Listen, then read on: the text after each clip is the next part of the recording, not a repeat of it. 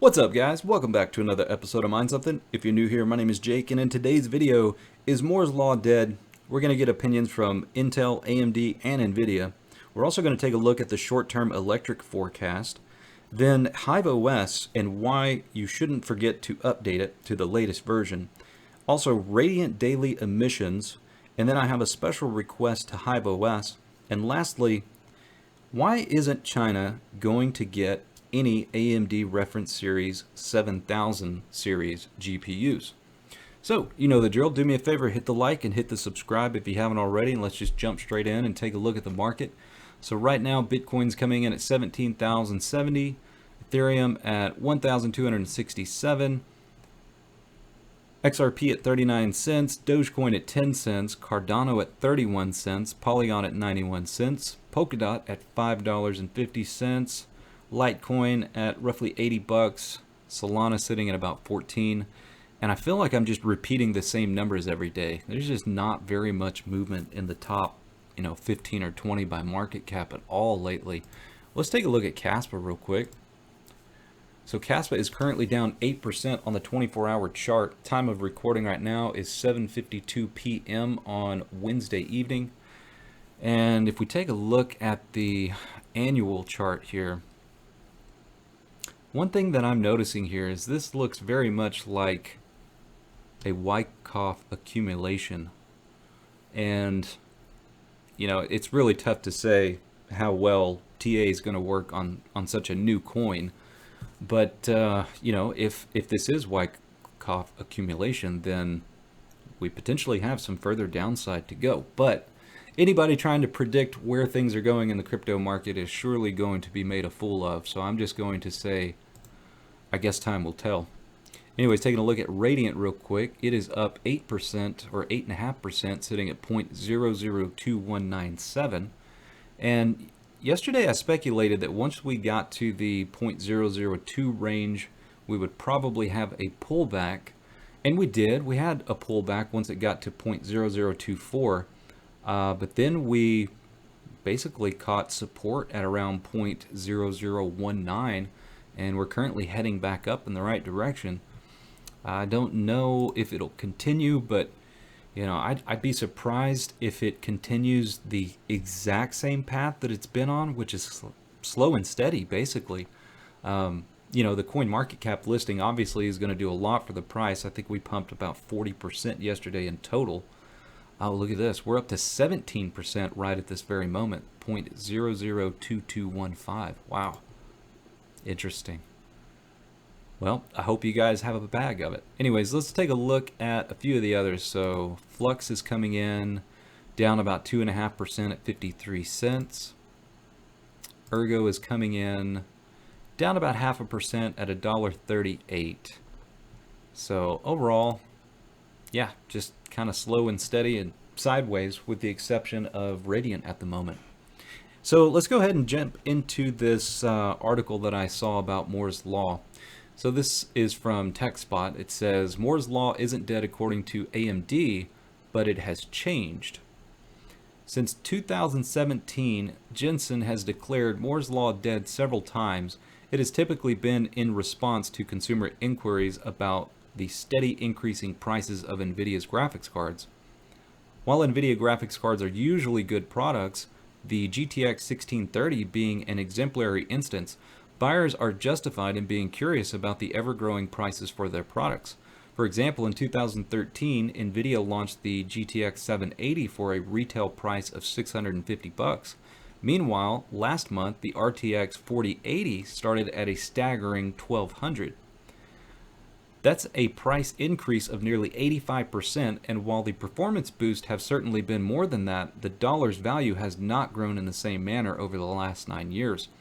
Following the reveal of the RTX 4090 and both the RTX 4080 models, Huang once again claimed that Moore's Law is dead during a Q&A with media reporters. As is tradition lately with the graphics card market, AMD has shown up in an attempt to one-up Nvidia. Team Red's Chief Technology Officer Mark Papermaster spoke at a recent summit and refuted Jensen's claims, emphasizing that Moore's Law is still alive and well. It's not that there's not going to be exciting new transistor technologies. It's very, very clear to me that the advances that we're going to make keep improving the transistor technology, but they're more expensive, said the CTO. So you're going to have to use accelerators, GPU acceleration, specialized function, he added to explain how AMD manages manufacturing cost. According to Papermaster, AMD had expected the price increases and described them as a leading factor in the company's recent switch to chiplet designs in its processors and graphics cards.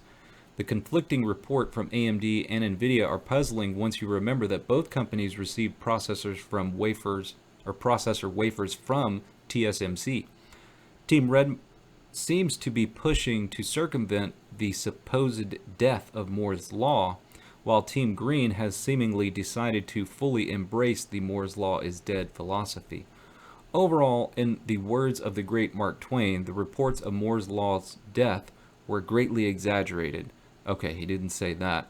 Nonetheless, the law isn't dead, but it's becoming more complex and expensive to keep it aloft. It's just a matter of how each company approaches the situation. So how does Intel approach the situation? So Intel on their own website published this on December 3rd. It says Intel's research fuels Moore's Law and paves the way to 1 trillion transistors by 2030. Today, Intel unveiled research breakthroughs fueling its innovative pipeline for keeping Moore's Law on track to 1 trillion transistors on a package in the next decade. Intel researchers showed advancements in 3D packaging technology with a new 10x improvement in density, novel materials for 2D transistor scaling beyond ribbon FET, including super thin material just 3 atoms thick, new possibilities in energy efficiency and memory for higher performing computing, and advancements for quantum computing. So there's a lot of technical stuff in here. I will leave a link to this, but I just wanted to point out that, on their own website, of course, they're going to claim that Moore's Law isn't dead, but that's in contrast to what you're hearing from AMD and Nvidia, right? So AMD is saying it's changed, Nvidia is saying it's dead, and Intel is paving the way to 1 trillion transistors by 2030 and claiming that Moore's Law isn't dead. So it's kind of interesting to see the dynamic between the three. I've been reading a lot of different articles about Nvidia's new deal with TSMC's plant in Arizona, that you've got Apple jumping on the bandwagon, being the first customer, and they're going to increase capacity because of Nvidia. I also read today that they are building a second factory. Meanwhile, you've got Intel, who pushed for all of this in lobbying our government to try and get a big package from the, the Chips and Science Act. I think it was like $52 billion, and I know Intel got a lot of that money, but Intel's pushing very hard to get other companies to use their foundry, but I'm not seeing them get the business like I am seeing TSMC get the business in Arizona, but time will tell. So, moving on to AMD's Radeon RX 7900 launch could face supply issues, no reference cards for mainland China. So Igor's lab published an article about Radeon 7900 series based on information collected from multiple sources, including big board partners making Radeon GPUs. It is said that 10,000 made by AMD graphics cards will be distributed within the EMA, which is Europe, the Middle East, and Africa region. Germany alone to receive 3,000 units, which does seem sufficient for such an expensive GPU, but that would imply that only 7,000 cards will be available for the rest of the region. Other sources of Igor claim that the launch is still affected by BIOS issues, memory leaks resulting in graphics card freezes, and also delays of deliveries. It is reported that some custom cards will not see the light until at least January. Meanwhile, Chinese media outlets have come forward to affirm that no made by Nvidia cards will be sold in the country. This is reportedly a result of a tension situation with Taiwan. That said, only custom cards will be available at launch, which will almost certainly guarantee higher prices and lower supply. Unfortunately for AMD, the Chinese GPU market is heavily saturated by Nvidia GPUs. Meanwhile, the status of Radeon 7900 availability in China will almost certainly not improve. Sources from board channels claim that the production of Radeon 7900 cards is also impacted by current COVID-19 outbreaks and closure of some factories. Some have only just been reopened, which will affect initial shipments and deliveries. So it's kind of interesting to me to see that China will not be getting any of the made by AMD GPUs, but that's good news for the rest of us, right? That's more to share.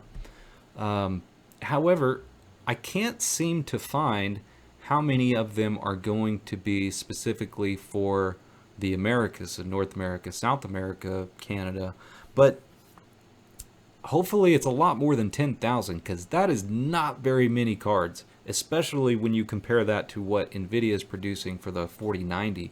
I didn't produce as many 4080s, but man, I really hope it's a much larger number than that. I'm very curious where to get the reference series cards. I'm pretty certain that you could find them directly on AMD's website. I would love to get one when they drop, but I need to do a little bit more research, and once I find that out, I will share that with you guys. So the next thing we got is electric prices. So this is coming to you from EIA, U.S. Energy Information Administration. And I wanted to take a look at this because, I'm noticing that the price of natural gas is going down, but they have not adjusted the fee on my electric bill that's specifically tied to the price of natural gas. And 95% of the electricity created by my electric company is produced by natural gas. So I'm wondering how long they're going to hold out and continue to charge me this additional rate. But let's take a look at this article. So we expect U.S. sales of electricity to who writes these things? We expect U.S. sales of electricity to ultimate customers to raise by 2.7% in 2022, mostly because of more economic activity, but also because of slightly hotter summer weather than last year. We forecast U.S. sales of electricity to fall by 0.9% in 2023. Increases in U.S. electricity generation in our forecast come almost entirely from solar and wind. We expect renewable sources will provide 22% of U.S. generation in 2022 and 24% in 2023, up from 20% in 2021. Natural gas fuels 38% of U.S. electricity generation in 2022, up from 37% in 2021, but we forecast it to fall back to 36% in 2023. Coal-fired electricity generation falls from 23% of the U.S. total last year to 20% in 2022 and 19% in 2023. Growing generation from renewable sources limits growth in natural gas-fired generation, and coal's generation share declines because of the expected retirement of some coal-fired capacities. We forecast that the wholesale electricity price at major power trading hubs will be about 20 to 60% higher on average this winter. The highest wholesale electricity price are likely to be in New England because of possible natural gas pipeline constraints, reduced fuel inventories for power generation, and uncertainty regarding liquefied natural gas shipments given the tight global supply conditions. And then the last thing here, we forecast the U.S. residential price of electricity will average 14.9 cents per kilowatt hour in 2022, up 8% from 2021. Higher retail electricity prices largely reflect an increase in wholesale power prices, which are driven by higher natural gas prices. So there you can see a little chart of coal. Then we've got renewable energy, another one for coal. I didn't see anything in here about the price of natural gas. I did see another article, I think I closed it out, but it was saying that liquefied natural gas is expected to rise drastically. Now, I don't know exactly how the liquefied version of natural gas will affect the price of electricity. My assumption is that it should make it go up, but I don't know for certain. But according to this, the cost should go down slightly over 2023. Time will tell. Anyway, so the next thing we got is, oh, I did leave it up here. Natural gas. Yeah, same place. EAI raises 2023 natural gas production forecast as output tops 100 BCFD in late 2022, driven by associated output from the Permian Basin. The Energy Information Administration is raising its forecast for domestic natural gas production in 2023, according to updated projections. So this is the forecast of production and cost. So the orange solid line is residential price. The dark blue line is the Henry Hub price. Light blue is the annual average. Light orange is residential annual average. Dotted blue is Henry Hub forecast. Now, this looks like it's going to continue to go up. I mean, if this were, a crypto chart, I'd be saying that this is trending up, and I would see it continuing to trend up and not dip off like this. But they've got more numbers than I do, right?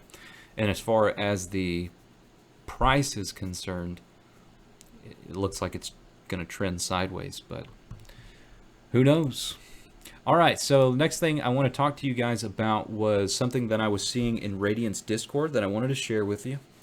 So the first thing was letting the BZ Miner dev know that they have set up community multi-sig successfully.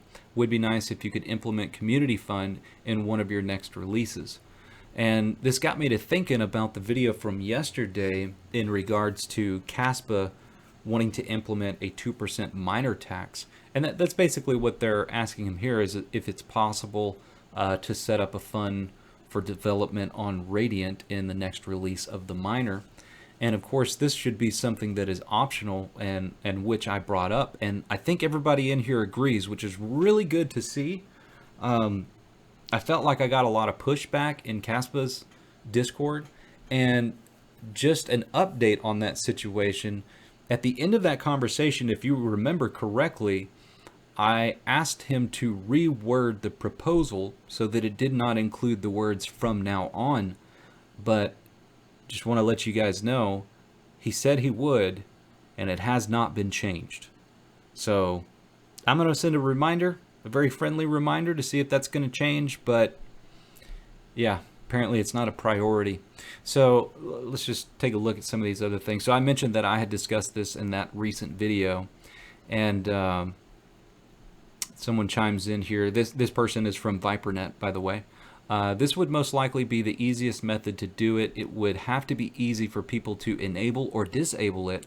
Otherwise, they just won't do it. And I said, emphasis on easy. I like the idea of picking the stratum versus enable or disable in the miner. Yeah, only concern with a specific stratum is that users will have to restart miners, whereas if they could just enable or disable it from the UI, that would be an easier method. And I said, I think it's important for the default option to be disabled, otherwise it gives the appearance of being mandatory. And everyone here agrees, and I love to see this. So, oh yeah, 100% would never have it enabled by default. Such things should always be optional, in my opinion. Feels much better making a donation than being taxed mandatorily. And yeah, so also, he would like me to let you guys know to distribute the hash rate. If you take a look at the hash rate on Radiant, it is actually pretty spread out, but Wooly Pulley is continuing to gain significant traction. You know, if we were breaking this down, this would be 40, so 50%, something like that, 20%, 8%. And I've always found that being on the second or the third, maybe the fourth pool has always worked out best for me in rewards.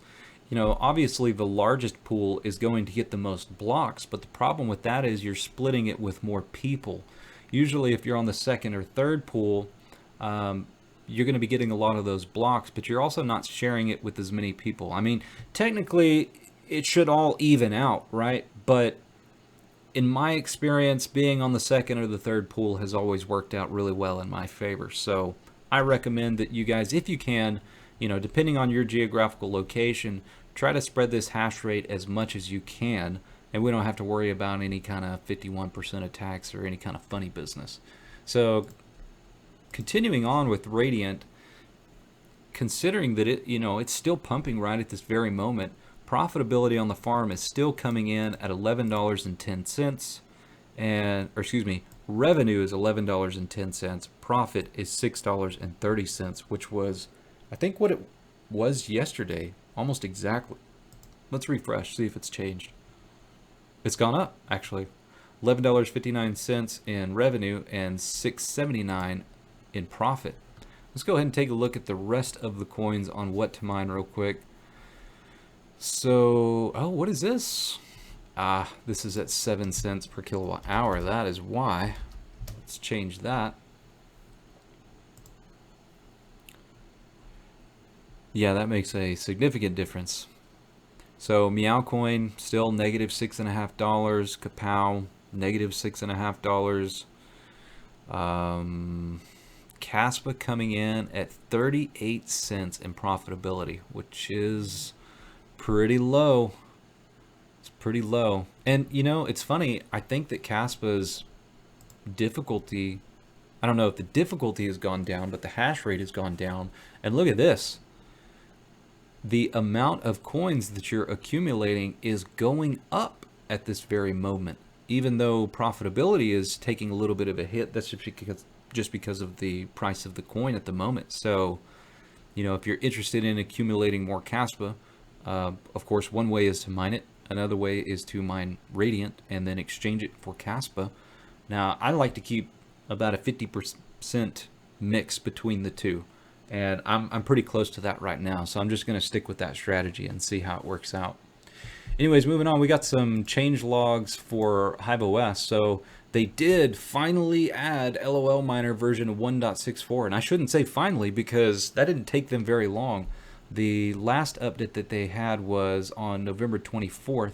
This one was yesterday. And I think LOL Miner version 1.64 just came out the day before that, maybe the same day. So they got to that pretty quickly. So you guys already know, but LOL Miner version 1.64 improved Kaspa only mining performance. Speeds increased about 8 to 8.5% on Nvidia Pascal GPUs, 4.5 to 5% on Nvidia Turing and Ampere GPUs, and 3 to 4% on AMD Navi and Big Navi. And then we've got Gminer version 3.15 improved Kaspa, Ethereum Classic and Kaspa dual mining, Ergo and Kaspa dual mining performance on Turing, Ampere, and 88 architecture. Also decreased power usage, fixed bug with stale shares for Kaspa, dual mining both of those. This fix will significantly increase pool hash rate, added ability to lock memory clock on Ampere and newest GPU using option --lock_m clock. Useful to decrease power usage in Kaspa only mining mode. Note see full changelog. SRB miner multi version 1.1.3 fixed miner crashing on ETH hash and ETC hash plus Kaspa K heavy hash dual mining options that appeared in previous version 1.1.2. We've got nano miner adding ability to mine EVR coin, was that Evermore? Something like that. And then Mini Z fixed most ProgPow ETH hash issues, improved invalid shares on CFX, improved stability. Now, one thing I want to warn you guys on, I'm about to tell you that you should be updating to the latest version on HiveOs if you want to be able to utilize LOL Miner version 1.64. So you can tell here, if this is in orange, it's telling you that you need to update it. But just a heads up, if you're using SRB miner and you're mining Radiant, you might run into a problem that I just ran into. I don't know what's going on exactly, but let me just show you. So look at this. We've got a non-mining 6600, but there's absolutely nothing wrong with this card. This started immediately after I updated to the latest version of Hive.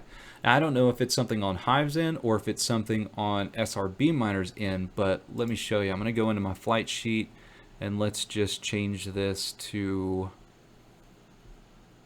LOL Miner. Thought I had one in here. There we go. We'll just switch it to that. So we'll give that a minute to refresh. But you'll see this particular card that was dead. Whoops, sorry rig. Sorry, wrong rig. You'll see this one that was dead is going to pop back in mining Kaspa on LOL Miner. No issues whatsoever.